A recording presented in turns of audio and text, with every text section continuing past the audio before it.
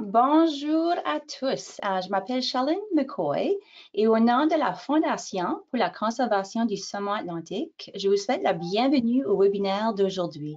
Cette série est rendue possible en partie grâce à la contribution du gouvernement du Canada. Pour le webinaire d'aujourd'hui, nous sommes très heureux d'accueillir Dr. Caroline Gillis. Elle est biologiste qui possède 16 ans d'expérience en écologie aquatique des rivières et des lacs. Elle détient un doctorat en sciences de l'eau et étudie l'impact de l'algue Didi sur le saumon atlantique juvénile. En 2014, Mme Gillis a assumé le rôle de directrice des sciences au conseil de gestion du bassin versant de la rivière Restigouche. Il s'agissait d'un poste de biologiste des pêches à frais partagés entre les groupes locaux. Depuis 2018, elle est directrice scientifique du GMRC. Elle y mène des travaux de divers projets de recherche appliqués sur le saumon atlantique et son habitat. Elle considère la télédétection comme un outil hyper performant afin de stratégiquement restaurer l'habitat du saumon en rivière.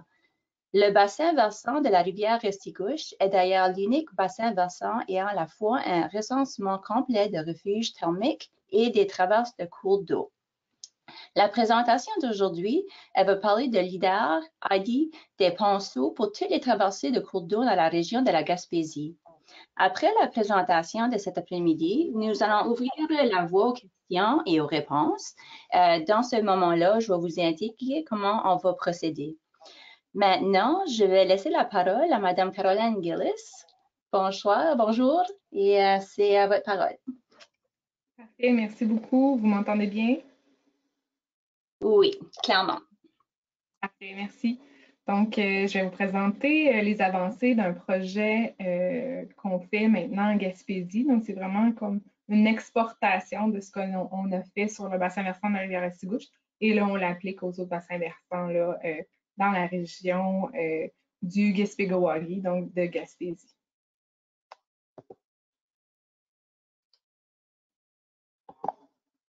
Donc, le Gaspé-Gowak Mi'kmaq Resource Council, c'est un PAGRAO. C'est un programme autochtone de gestion des ressources aquatiques et océaniques. On soutient, le financement vient de Pêche Océan, puis ça soutient des agences de gestion des ressources en eau, de programmes scientifiques au sein des communautés. Donc, nous, on dessert 3 communautés dans la région de la Gaspésie et du nord du Nouveau-Brunswick, dans la portion ouest de la baie des Chaleurs.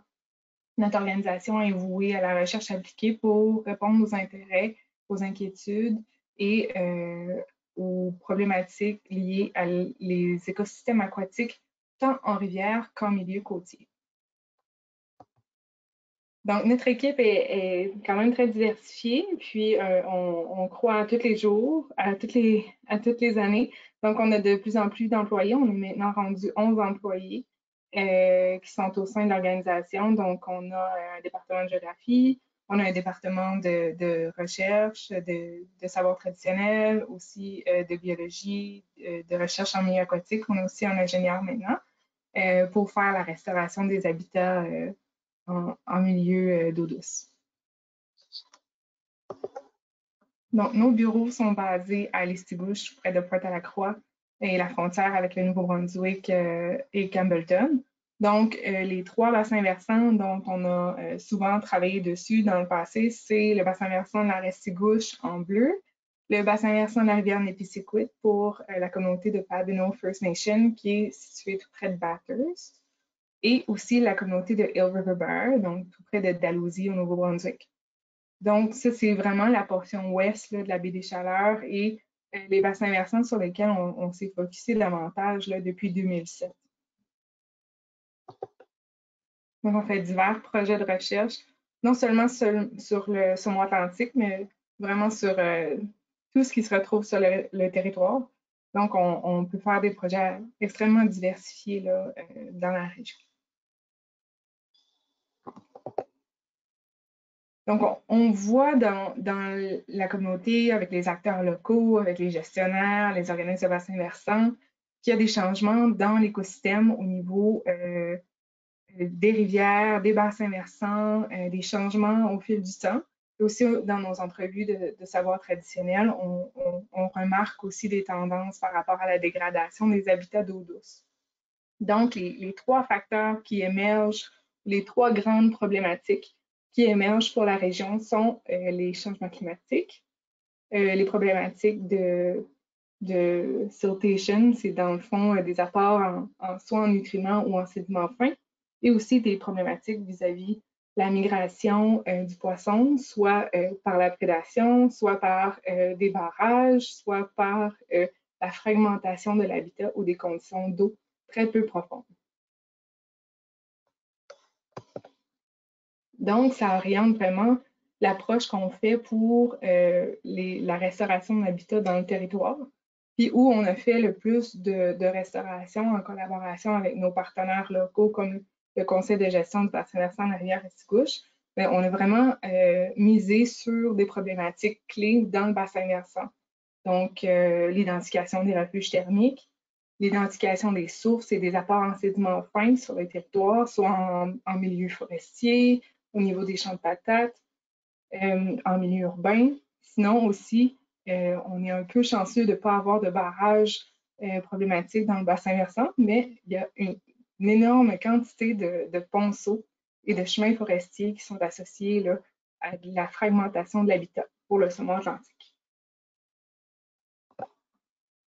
Donc, je vous fais un petit portrait de quelques problématiques. Donc, on a des apports en sédiments fins dans le bassin versant. Puis, on fait le suivi avec nos partenaires locaux après des événements de pluie pour voir sont où les sources d'apports en sédiments fins pour ensuite faire stratégiquement des bassins de sédimentation, des bassins de rétention, ralentir l'écoulement pour qu'on améliore la qualité des habitats du saumon atlantique. Un autre outil qu'on utilise beaucoup, dans le bassin versant, on l'utilise depuis 2011, c'est les données LIDAR.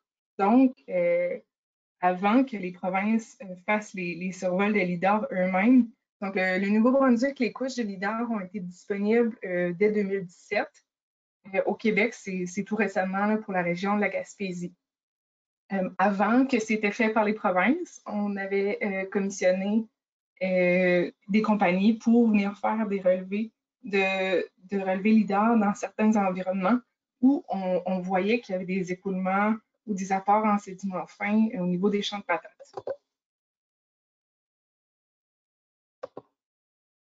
Donc, les données LIDAR, c'est souvent de façon aéroportée, soit sur un avion, et c'est des lasers qui sont envoyés à la surface du sol. Ça peut nous donner une topographie très, très précise d'un milieu donné. Donc, on peut avoir des modèles numériques d'élévation extrêmement précis. Donc, ça, c'est un exemple de microtopographie, des courbes de niveau dans un champ de patates qui, à l'œil nu, a l'air simplement plat. Toutefois, il y a quand même des sources d'écoulement et des pentes assez importantes dans ce champ-là. Donc, ensuite, avec les courbes de niveau, tout comme dans un bassin versant, on est capable de faire des zones d'écoulement et faire les estimés des pentes et des zones d'écoulement. On est capable de faire un hill shade, donc c'est un contraste d'ombrage sur la topographie et ensuite faire des modèles de numérique d'élévation.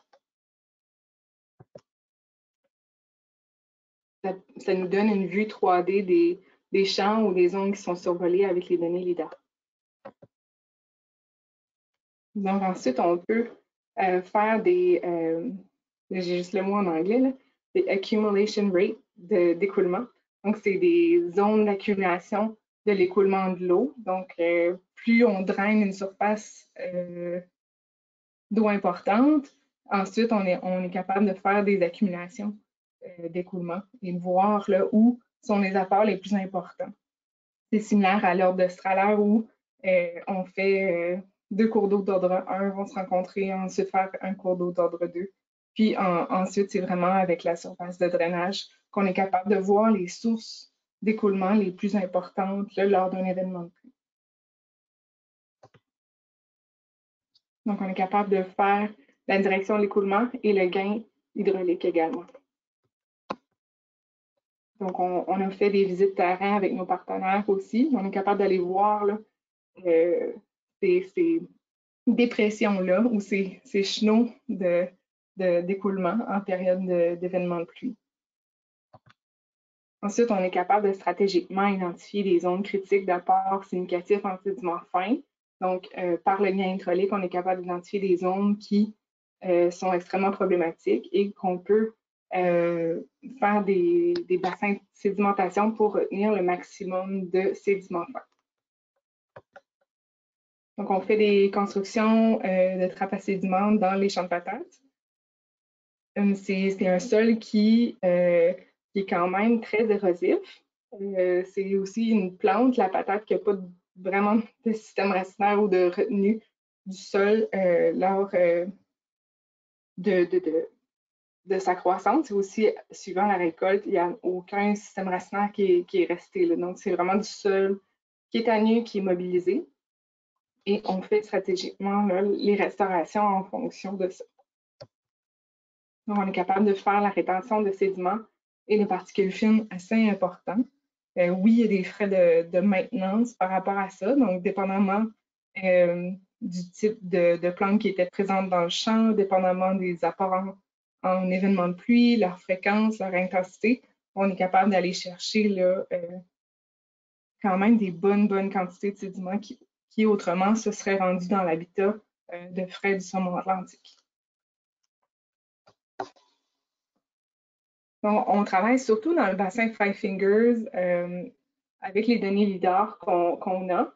Puis, on travaille à l'échelle du bassin versant. On fait des constructions de trappes, on fait le suivi de la qualité de l'eau.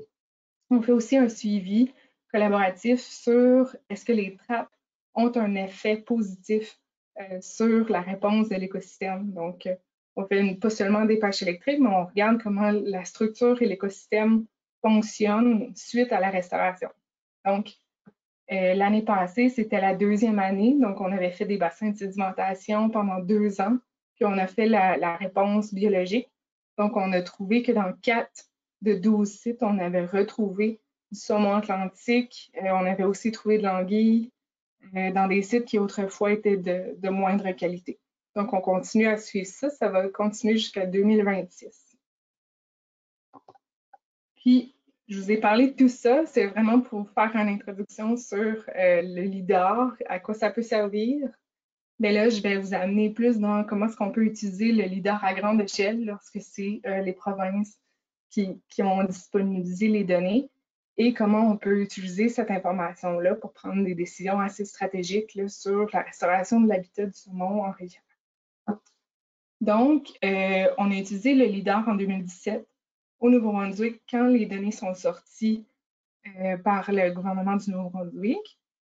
Donc, on avait un étudiant à la maîtrise, Michael Arsenault, qui, on a développé un projet avec eux, puis l'Université du Nouveau-Brunswick, pour identifier les traverses de cours d'eau sur tout le territoire en utilisant les données LIDAR. Donc, ça nous permet d'avoir un recensement de 100% des traverses de cours d'eau sur tout un territoire. Donc, son papier de maîtrise, sa méthode, a été accepté dans le journal de Eco-Hydraulics, puis ça va sortir dans les prochaines semaines. Donc, à partir des données LIDAR, on peut faire différentes couches, on peut générer différents modèles numériques d'élévation, on peut aussi générer des couches de milieu hydrique, donc on peut faire un hydroligne extrêmement précis parce qu'on a des modèles numériques d'élévation qui sont extrêmement précis également. Donc, on peut aussi créer des réseaux routiers. Souvent, les réseaux routiers, ça vient des couches de différentes sources de données. Souvent, les chemins abandonnés sont non existants, ou on n'a plus l'information, ou il faut faire un amalgame de 16 couches différentes pour obtenir tout son réseau routier. Donc, la donnée LIDAR permet aussi de créer des couches à partir de cette information-là.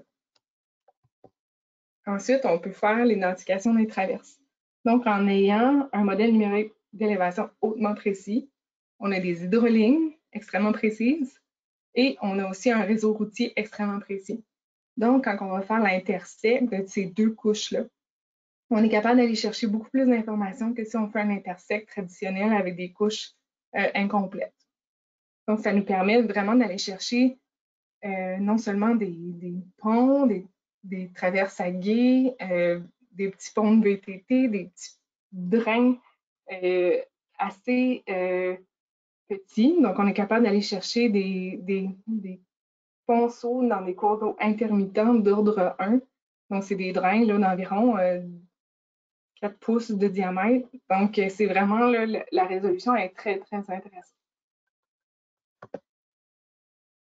Donc, dans le modèle, aussi, ce qu'on fait, on est capable d'identifier les intersections, mais ensuite, il faut aussi classifier qu'est-ce qu'on voit là, dans les données. Donc, le modèle numérique d'élévation va nous montrer quelque chose d'intéressant, mais ensuite, il faut l'interpréter. Donc, on utilise les orthophotos pour pouvoir classifier les traverses.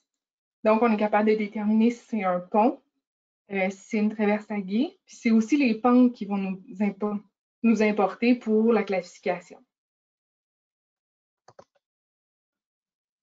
On peut faire le calcul de pente, donc en ayant un modèle numérique d'élévation. Chaque pixel, donc chaque valeur a une élévation très précise. Donc, on est capable de choisir en amont de la route une donnée d'élévation, puis on est capable de trouver le cours d'eau lui-même. Et ensuite, à l'aval du ponceau, par exemple, on est capable de trouver le cours d'eau aussi. Donc, on est capable de mesurer la pente du ponceau lui-même en télédétection. Donc, on n'est pas obligé d'aller sur le terrain pour mesurer la pente du ponceau. Puis, la précision est quand même extrêmement robuste pour l'estimer des pentes. Donc, on avait fait le côté de la portion du Nouveau-Brunswick, du bassin versant de la Restigouche parce que les données étaient disponibles en 2017. Donc, on a pu classifier toutes les traverses dans ce bassin versant-là. 32% de toutes les traverses étaient des ponceaux. Donc, on avait quand même beaucoup de traverses à gué, puis aussi des ponts.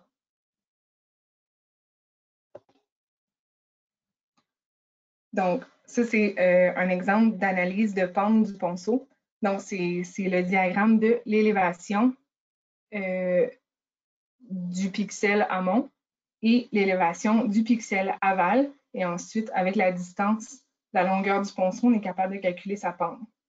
Aussi, avec l'information, c'est intéressant de pouvoir calculer la longueur d'un ponceau. Donc, ça nous permet souvent d'estimer si les pentes sont trop importantes pour le passage du poisson. Et aussi, on est capable de déterminer aussi si le ponceau est perché. Dépendamment du profil de pente, si on atteint un certain seuil, on est pas mal confiant que le ponceau, c'est un ponceau fragmenté. Donc, ce type de données-là nous permet vraiment d'avoir un portrait là, 100% de toutes les traverses de cours d'eau sur un territoire donné. Ça nous permet de mesurer la pente avec un indice de franchissabilité. Ça nous permet de voir si une condition d'intégrité du ponceau, il faut quand même des visites de terrain, mais on est quand même capable de voir là, si c'est un ponceau franchissable ou non. On est aussi capable de mesurer, parce qu'on a une nouvelle couche d'hydroline, on est capable de calculer le nombre de kilomètres qui est en amont du ponceau problématique. Ensuite, on est capable, soit selon la connaissance des gestionnaires, des partenaires locaux, s'il y a du saumon à l'aval de la structure. Donc, s'il n'y a pas d'eau, chute infranchissable, s'il n'y a pas de barrage à l'aval, on est capable de stratégiquement identifier là, les ponceaux problématiques le plus à l'aval d'un cours d'eau. Et ensuite, s'il y aurait une compensation, s'il y aurait une correction apportée au ponceau, c'est quoi le gain en termes de kilomètres en amont de cette structure-là. Ensuite, ce qui est important aussi, c'est la qualité de l'habitat qui est présent à l'amont de la fragmentation. On est capable de voir aussi la taille du cours d'eau. Et ensuite, ce qui est un peu de l'enquête, c'est de savoir c'est qui le propriétaire du ponceau. Donc, c'est pas tout le temps la municipalité, c'est pas tout le temps non plus le MTIC. Donc, on recommande de faire des pêches électriques à l'amont des structures pour vraiment savoir si c'est un ponceau qui est infranchissable. Donc, on fait beaucoup de télédétection. On arrive avec une base de données de milliers de ponceaux problématiques. Mais après, c'est vraiment de valider le modèle. Donc, on valide le modèle nous-mêmes en allant sur le terrain. On peut aussi valider le modèle avec des données existantes. Donc, plein de partenaires ont déjà des inventaires de ponceaux, des photos de ponceaux. Donc, on est capable d'aller valider notre modèle puis voir comment il performe. On est capable aussi d'aller voir le ponceau, prendre des photos et voir c'est quoi la communauté de poissons qui est présente là. Faire des estimés de qualité d'habitat, présence-absence d'espèces, puis aussi priorisation des efforts. Donc, nous, dans le bassin versant de la Restigouche, on a fait un exercice de priorisation pour voir quel ponceau serait le plus bénéfique pour le saumon. Donc, souvent, c'est en termes de kilomètres linéaires en amont de la fragmentation, mais aussi la qualité de l'habitat là-dedans vient vraiment jouer dans notre priorisation. Donc, on a fait la validation, on est allé voir au départ une quarantaine de ponceaux problématiques dans le bassin versant à partir de la base de données qu'on avait générée à partir des données LIDAR. On est allé voir, ensuite on avait priorisé, on a fait une sortie, on a fait à peu près une semaine à 10 jours de terrain pour aller visiter chacun des ponceaux, puis vraiment voir la qualité de l'habitat qui est très présente pour ensuite décider quel ponceau qu'on allait restaurer.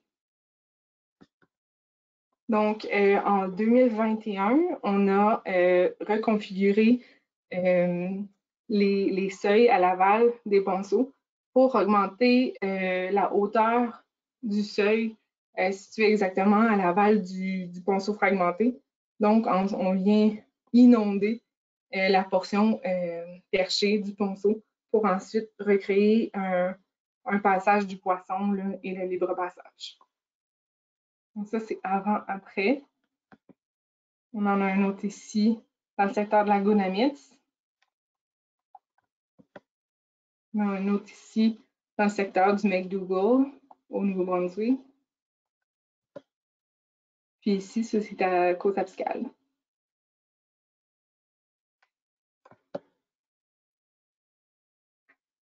À Côte-Abscale également. Encore à Côte-Abscale. Donc, on a fait l'exercice au Nouveau-Brunswick. On a identifié des ponceaux problématiques. On a fait un exercice de priorisation et ensuite, avec nos partenaires, on a fait des restaurations. Donc, ce qu'on voulait faire avec nos partenaires en Gaspésie, c'était vraiment de faire un réplica de notre projet parce qu'on sait que ça fonctionne. On est capable d'utiliser les données LIDAR pour prioriser les projets, pour identifier des problématiques sur nos territoires. Puis là, avec le Conseil de l'eau Gaspésie Nord, le Conseil de l'eau Gaspésie Sud, l'OBVMR, on a déposé un projet à la FCSA l'an dernier pour pouvoir identifier toutes les traverses de ponceaux dans la Gaspésie. Donc, c'est vraiment, puis en même temps, c'est non seulement de générer une couche de points des traverses, mais aussi de les classifier. Donc, est-ce que c'est une traverse à gué, un drain agricole, un pont? Est-ce que c'est un ponceau qui est problématique? Est-ce qu'il est perché selon la pente? Puis, d'avoir une autre résolution là, de tout ça. Là. Donc, même avoir des drains agricoles de ruisseaux intermittents. Donc, on va avoir le haut de la Kedgewick. Je vais vous montrer sur la carte après. Donc, voici notre aire d'étude. Donc, ça inclut là, non seulement les bassins versants des rivières, des grandes rivières à saumon de la Gaspésie, mais aussi tout le territoire aussi. Là. Tous les petits cours d'eau qui se jettent dans la baie des Chaleurs ou au nord de la Gaspésie. Donc, c'est vraiment toute la zone verte qui va être couverte là, par le modèle. Donc, on a déjà 8 mois sur le projet. On est encore en processus de modélisation parce que c'est un territoire beaucoup plus grand que ce qu'on avait fait sur la portion du Nouveau-Brunswick seulement. Donc, en ce moment, avec les couches qu'on avait sur forêt ouverte, c'était des couches transformées, c'était des couches quand même assez précises, mais ça nous donne environ 80% de confiance sur nos ponceaux. Et là, on va avoir des nouvelles couches géomatiques qu'on va intégrer à notre modèle pour vraiment aller chercher du 98-99% de confiance là, sur l'identification des ponceaux et de classification. Donc, en ce moment, on est en train d'obtenir d'autres données brutes avec MFFP Forêt. On va avoir des hydrolignes qui vont être dérivées à partir des données LIDAR. On va avoir des mosaïques orthophoto. On va avoir des couches et des routes secondaires sur le volet routard. Donc, c'est la couche de route qui est la plus complète. Puis, en ce moment, on est en train de faire de la programmation pour vraiment faire une automatisation de notre modèle pour la classification et l'identification des ponceaux. Donc, on est en train d'entraîner notre modèle à faire du deep learning et à coder pour pouvoir classifier lui-même le type de traverse de cours d'eau qu'on a. Donc, ensuite, ce qu'on va faire par la suite, c'est une collaboration avec les NRS MFFP pour utiliser les données LIDAR, mais pour déterminer la qualité des habitats qui sont en amont des fragmentations. Donc, pas nécessairement simplement prendre des décisions de priorisation sur le ponceau fragmenté, sur la quantité linéaire de cours d'eau, mais vraiment là, connaître c'est quoi la qualité de l'habitat à partir des données. Ensuite, ben, ça va être de refaire des rencontres avec les partenaires, les gestionnaires, quand on va avoir un semblant de base de données avec laquelle on est extrêmement confiant. Puis ça va être de valider notre modèle avec les inventaires existants, soit des OBV, la TABGIRT, elle a une base de données assez impressionnante de divers partenaires sur le territoire de la Gaspésie. Puis on va être capable d'aller valider notre modèle pour être sûr qu'on a la meilleure information à partager avec nos partenaires. Donc, merci beaucoup. Si vous avez des questions, n'hésitez pas. Merci beaucoup, Caroline. C'était une très bonne présentation. Nous allons maintenant passer aux questions et réponses. Pour les questions et réponses, vous pouvez le faire dans deux différentes façons. Vous pouvez toujours le mettre puis l'écrire, le typer sur l'écran, puis moi je vais la lire à haute voix pour Caroline. Ou vous pouvez lever votre petite main qui est sur l'écran, puis je vous donne la permission, puis vous pouvez demander la question vous-même. Je vois qu'il y a déjà des questions qui sont en train d'entrer. Je vais à haute voix lire la première de Yves Briand. Puis la question est sur la méthodologie, est-ce qu'il y a un échantillonnage sur le terrain pour valider l'interprétation LIDAR? Puis il y a comme trois catégories. Entre les infrastructures détectées par LIDAR et celles présentes sur le terrain. Et s'il y en a pour les types d'infrastructures interprétées et terrain, et entre les pentes des structures estimées et celles sur le terrain. Si tu veux, je le répète, Caroline, je peux le faire. Non, ça va. Puis, je vais juste voir si je suis capable d'aller chercher l'autre. J'ai une autre présentation. Je l'ai pas remontée. Non, c'est pas celle-là. Je l'ai juste parce qu'on a fait, pour la publication, on a fait cet exercice-là de voir la performance du modèle pour chaque. Je vais apprendre de ne pas renommer tous mes fichiers de la même façon.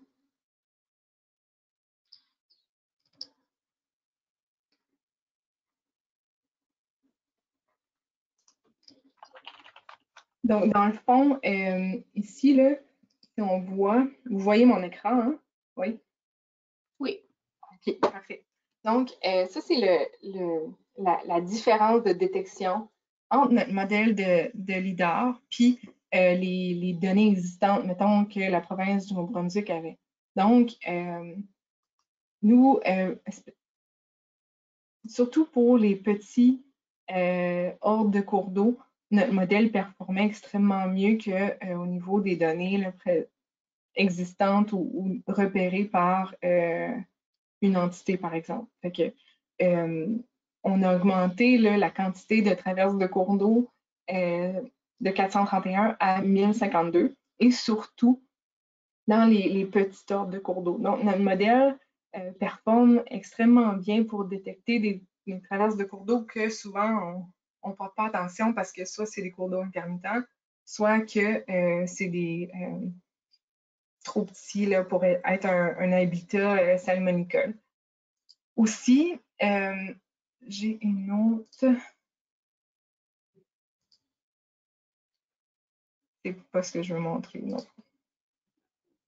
Pas du tout.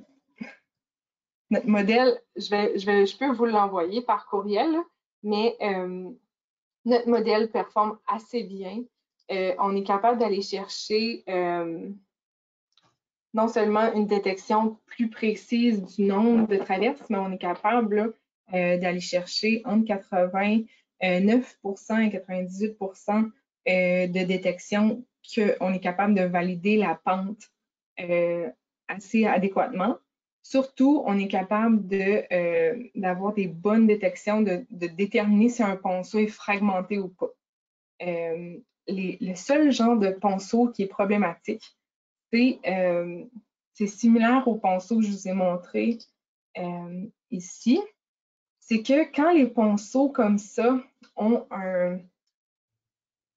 en anglais, on appelle ça une lip, mais ont comme une extension qui n'est pas assez droite, bien souvent, dans le modèle, on vient cliquer, souvent pas assez loin à l'aval du ponceau, donc on vient cliquer, normalement on viendrait cliquer ici, puis on saurait qu'il y a une grande pente de différence entre l'amont et l'aval, donc on pourrait assumer qu'il est perché, mais des fois, quand l'extension du ponceau est vraiment longue, mais souvent, le modèle va cliquer sur le ponceau lui-même, donc on n'aura pas de détection de fragmentation. Donc ça arrive, mais c'est quand même assez rare parce que les ponceaux de cette configuration-là sont pas assez fréquents sur le territoire. Mais notre modèle est quand même assez bien. Puis on améliore notre modèle à chaque fois qu'on a des intrants. On utilise des données existantes de nos partenaires et ensuite on est capable de faire apprendre et de caler notre modèle sur des données qu'on sait. OK, lui est perché, lui n'est pas perché. Voici la longueur de ce ponceau-là ou voici la pente. Et ensuite, on est capable d'avoir une bonne résolution là, quand même. Donc, c'est un modèle extrêmement performant. OK, parfait. Je pense que Yves a la main de lever, ça se peut qu'il y ait une question de suivi. Oui. Alors, Yves, je vous ai donné la parole pour parler, mais vous êtes sur le mute, self-mute. Alors, si vous voulez peser sur votre bouton, le microphone, je pense que vous avez la parole. Oui, vous m'entendez? Oui. Oui, ben d'abord, merci Caroline, c'est vraiment, vraiment intéressant. Je suis très content que ça se fasse, puis j'aimerais ça qu'on puisse avoir un suivi peut-être un petit peu plus étroit comme organisme de bassin versant sur le territoire, parce que ça rejoint des enjeux qu'on essaie de faire valoir, entre autres, sur l'État-Bigène. Oui, tout à fait. Pour ce qui est de ma question méthodologique, ben, ça me répond, mais en partie, là, ce que je me demandais, c'est si vous aviez volontairement fait un échantillonnage terrain. Évidemment, il y a énormément d'infrastructures que vous avez détectées, là, fait que c'est impossible de tout faire un très, très gros échantillonnage. Mais juste pour voir si votre interprétation LIDAR vous confirme sur le terrain, il y a quelque chose ou pas. Est-ce que ce qu'on voit sur le terrain, c'est le même type qu'on a détecté? Est-ce que la pente qu'on a détectée est la même sur le terrain? Je me demandais s'il y avait eu vraiment une validation du modèle qui avait été faite volontairement avec le processus d'échantillonnage. Oui, tout à fait, tout à fait. Fait que dans le cadre de la maîtrise à Michael, c'est ça qu'on a fait. Donc, on a fait de la validation. Donc, on n'avait pas tant de ponceaux identifiés. Oui, il y avait une base de données provinciale, mais c'était pas complet du tout là, pour la portion du Nouveau-Brunswick. Fait qu'on a fait le modèle, puis ensuite, on a fait la validation terrain, mais on est allé sur le terrain, puis il a visité au-dessus de 400 ponceaux. que son modèle avait identifié. Puis on a fait ça aléatoire, on a stratifié par ordre de cours d'eau, mais surtout, là, on avait été visiter tant des ponceaux qui avaient été classifiés perchés que des ponceaux pas perchés. Puis, son modèle performait, là, même dans les premières itérations là, de son modèle, là, à 89 Ah, c'est super, c'est super. L'autre question que je me posais, c'est que, oui, on détecte les infrastructures qui sont perchées, donc on sait qu'il peut y avoir une fragmentation de l'habitat. Mais pour ce qui est de la sédimentation, est-ce que vous avez poussé un petit peu plus loin? Puis en quelque sorte, on peut soupçonner qu'un pont est détérioré, donc une éventuelle source de sédiment, mais est-ce que le sédiment se dépose dans le cours d'eau, proche, loin? Est-ce qu'il est évacué comme des sédiments naturels? Cette dimension-là, est-ce que ça a été exploré? Est-ce que c'est souhaité de le faire? Oui, c'est souhaité parce que c'est quelque chose que les partenaires souhaitent. Mais à ce stade-ci, là, pour la Gaspésie, là, on ne regarde pas ça. Il y a Sylvain Jutras, je crois, de l'Université Laval, qui regarde en ce moment, avec les données LIDAR, l'érosion vis-à-vis les chemins forestiers et les traversées de cours d'eau. Donc, lui, il regarde ça. Là, on est en train, j'espère, de s'aligner là, pour, nous, on fait l'identification des traverses de cours d'eau. Il travaille avec le MFFP, on travaille aussi avec le MFFP. Donc, si on peut se compléter éventuellement, c'est ce qu'on veut, c'est vraiment d'outiller les organismes de bassin versant, les gestionnaires de rivière-sur-monde pour connaître c'est quoi la problématique, puis vraiment avoir un portrait global.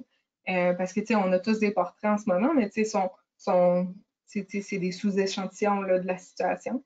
Puis, ensuite, c'est vraiment là, de favoriser là, la prise de décision là, par les partenaires locaux, puis ça soit vraiment un processus bottom-up de la décision de la restauration sur le territoire.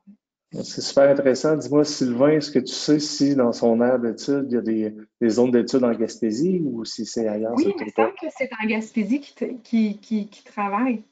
Donc, OK. la donnée LIDAR est disponible pour la Gaspésie seulement depuis juin dernier. Oui, c'est ça, c'est récent. Oui, c'est ça. Fait que, mais il travaille là-dessus en ce moment, là. OK, super. Merci. Hey, c'est très intéressant. Merci. Je vais lire la prochaine question en haute voix. C'est de Véronique Ferroy. Et la question est la suivante. Pour le calcul de la pente du ponceau, est-ce que c'est en considérant le ponceau est installé au niveau du lit du cours d'eau, s'il est surélevé?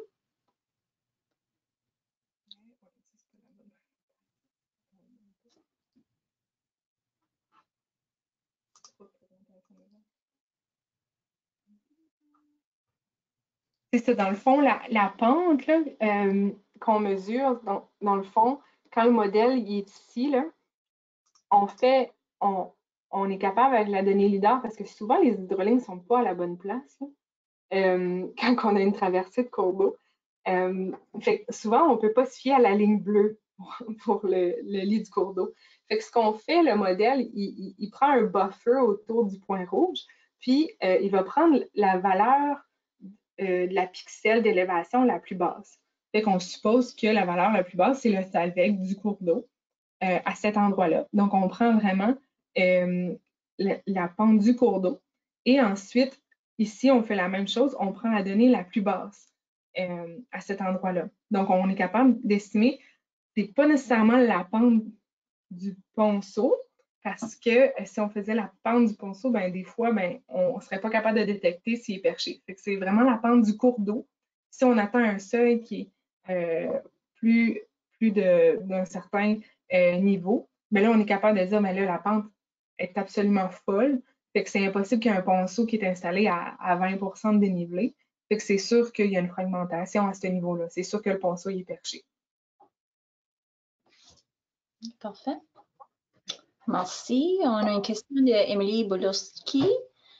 Est-ce que vous avez des corrections pour des cas où les rivières sont profondes et que le laser ne touche pas le fond de l'eau, ce qui ferait que les données pour les ponts ne seraient pas nécessairement exactes?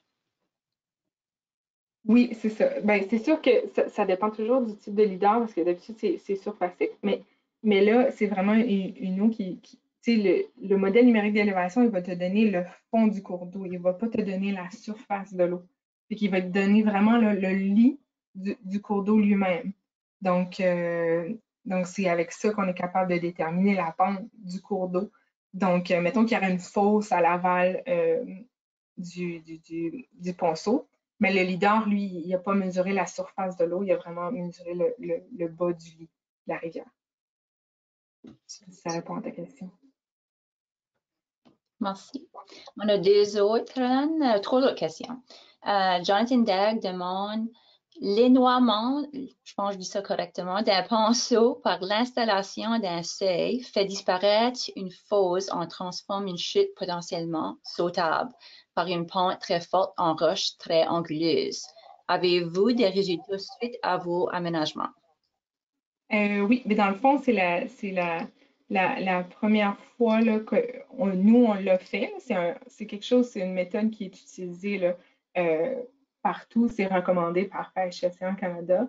Dans le fond, oui, il y a souvent une fosse qui est présente, mais comme ici à Cherry Brook, la fosse demeure présente quand même. C'est vraiment le chenal d'étiage qui est important à profiler. Donc, tu veux pas, tu veux ennoyer la portion aval de ton cours d'eau, mais en même temps, tu veux créer quelque chose qui est de libre passage ici, là, en période d'étiage. Donc, la fosse est quand même présente, mais c'est sûr qu'on a augmenté la hauteur du seuil, mais le seuil demeure au même endroit. Donc, on va souvent utiliser en anglais, on dit riffle crest, mais en français, c'est la tête du seuil. Donc, on va toujours s'ancrer sur la tête du seuil existant naturellement dans le cours d'eau. Et ensuite, on va construire là, de cette façon-là. Merci. La prochaine question. Comment les chemins ont été déterminés avec le lidar, Raphaël Kitching? Ben ça, c'est vraiment Michael qui a la technique, là. Mais tu peux utiliser, dans le fond, le lidar, mais ça va te donner, je ne sais pas si quelque chose dans le Hillshade ici, là. Bon, ici, là, voyez-vous à gauche, tu es capable de voir les reliefs en Hillshade. Puis je crois que c'est à partir de ça qui fait les routes. Donc, il est capable de coder avec Python. Ça dépasse mon expertise, mais ce qu'il fait, c'est qu'il voit là, le cumul neutre de les différences de pente. Donc, on est capable de voir les routes. Puis aussi, il y en a avant qui puissent automatiser. Il faisait ça à la main. Donc, en mettant toute ta couche lidar en Hillshade, il était capable de tracer dans ArcGIS là, les chemins. Mais quand on a un territoire aussi grand que la Gaspésie, ça devient vraiment problématique. Donc, là, il est en train de développer là, un code pour pouvoir le faire automatiquement. Puis ensuite, le comparer aussi avec les couches routières qu'on va obtenir dans Routor. OK. Véronique Froid avait une autre question. Est-ce que vous pourriez nous dire un peu plus sur l'évaluation de la qualité des habitats en amont des fragmentations grâce aux données LIDAR? C'était mentionné à la fin de la présentation. Oui, c'est ça, c'est tout nouveau. C'est tout nouveau avec le MFFP. C'est un projet qui va être fait là, avec l'INRS. Donc, c'est vraiment là, d'aller chercher la largeur du cours d'eau, puis d'aller chercher là, le profil. Donc, on est capable de non seulement chercher la largeur du cours d'eau, mais la configuration du chenal. Et ensuite, on suppose être capable de déterminer là, les faciès d'écoulement à partir des données LIDAR du lit du cours d'eau. Donc, c'est vraiment dans les tout débuts. Puis, je ne pense pas que ça va être prêt là, dans les prochains mois, peut-être dans 1 an ou 2. Ouais. OK. Là, on a juste un commentaire, puis une dernière question qui est très facile. Je pense qu'il voulait dire « Wow, Caroline ne peut pas voir les commentaires qui rentrent, alors je vais le dire à tout le monde. Il dit « Wow, je suis fou d'enthousiasme devant ce travail et ce qui s'en vient. » On est informé de ce type d'information. Vraiment promoteur, tenez-nous au courant de vos besoins en cours de processus. On sera là. Alors, c'est un très bon commentaire positif. Puis la dernière question, c'est juste savoir si la présentation PowerPoint serait disponible pour les gens qui sont sur la ligne. Oui, je peux la mettre disponible. Aussi, ce que Charline va faire, c'est qu'elle va mettre cette vidéo-là sur YouTube. Donc, vous allez pouvoir aller reconsulter en tout temps là, le contenu de cette présentation-là. Moi, je pense que c'était la dernière question, Caroline. Merci beaucoup. Comme que Caroline vient juste de dire, c'est enregistré aujourd'hui. Alors, si vous allez sur notre site YouTube, vous allez être en dessous de webinaire, vous allez voir la session d'aujourd'hui et toutes les sessions d'auparavant. Alors, merci encore une fois. De plus, je vais vous rappeler qu'on va avoir un autre webinaire le 6 avril et ça va être sur la sensibilité hydromorphologique des rivières à saumon de la Gaspésie et du Bas-Saint-Laurent. Et cette présentation va être en français par Thomas Buffin-Bélanger. Alors, encore une fois, un gros merci pour Caroline Gillis et aussi à tous ceux qui ont participé aujourd'hui. Nous espérons vous revoir bientôt. Merci. Merci. Bye.